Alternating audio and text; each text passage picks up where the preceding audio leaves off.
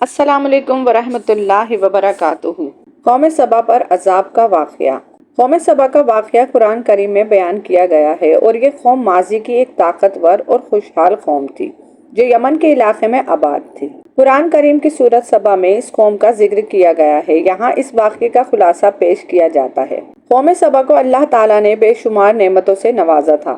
ان کے علاقے میں باغات اور کھیتیاں تھیں جو خوب پھلتی پھولتی تھیں۔ قوم سبا نے ایک عظیم الشان بند یعنی ڈیم بنایا جسے سد مارب کہا جاتا تھا۔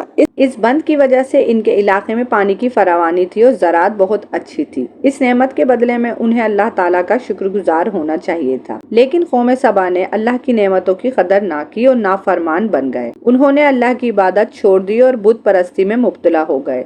ان کی بدعمالیوں اور ناشکریوں کے باعث اللہ تعالیٰ نے ان پر عذاب نازل کرنے کا فیصلہ کر لیا۔ اللہ تعالیٰ نے بند کو تباہ کر دیا اور سیلاب بھیج دیا۔ اس سیلاب نے ان کے باغات، کھیتیاں اور املاک کو تباہ کر دیا۔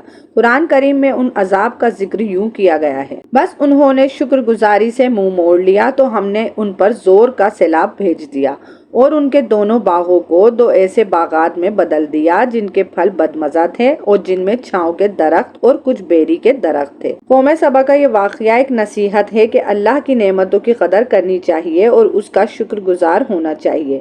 نافرمانی اور ناشکری کی صورت میں اللہ تعالیٰ کی پکڑ سخت ہوتی ہے۔ اس واقعے سے یہ سبق ملتا ہے کہ اللہ تعالیٰ کی رضا حاصل کرنے کے لیے اس کی عبادت اور شکر گزاری ضروری ہے۔ یہ واقعہ قرآن مجید میں موجود دیگر قوموں کے واقعات کی طرح ایک سبق آموز قصہ ہے جو انسانوں کو اللہ کی فرما برداری اور شکر گزاری کی اہمیت کی طرف متوجہ کرتا ہے۔ اللہ تعالیٰ ہم لوگوں کو بھی فرما برداری اور شکر گزاری کرنے کی توفیق عطا فرمائے۔ آمین ثم آمین۔ اگر آپ کو میری یہ ویڈیوز اچھی لگتی ہیں تو انہیں لائک کیا کیجیے، میرے چینل کو سبسکرائب کریں، اپنے دوستوں کے ساتھ ضرور شیئر کریں۔ شکریہ۔ اللہ حافظ۔